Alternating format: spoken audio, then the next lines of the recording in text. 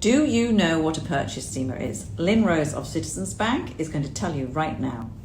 A purchase CEMA is basically fancy legal speak for not having to pay mortgage tax.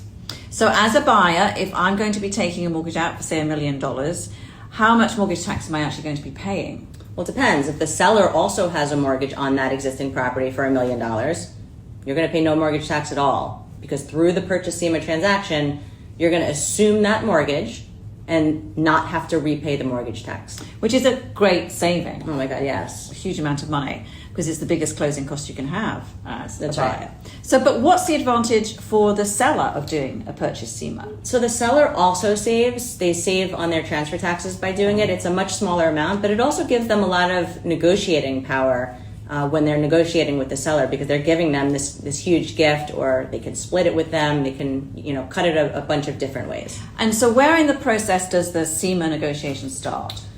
So the negotiation, usually I connect with a broker at the beginning of the negotiation process, so I can provide them with a sheet that tells them, based on the seller's mortgage, how much the buyer's going to save, how much the seller's going to save, how much it's going to cost to do the CEMA process. So that information happens during the negotiation process, and then as soon as the loan gets started with an executed contract, that's when the CEMA starts. Great. Okay, so if you want to hear more, contact Lynne or myself and we'll get the process started.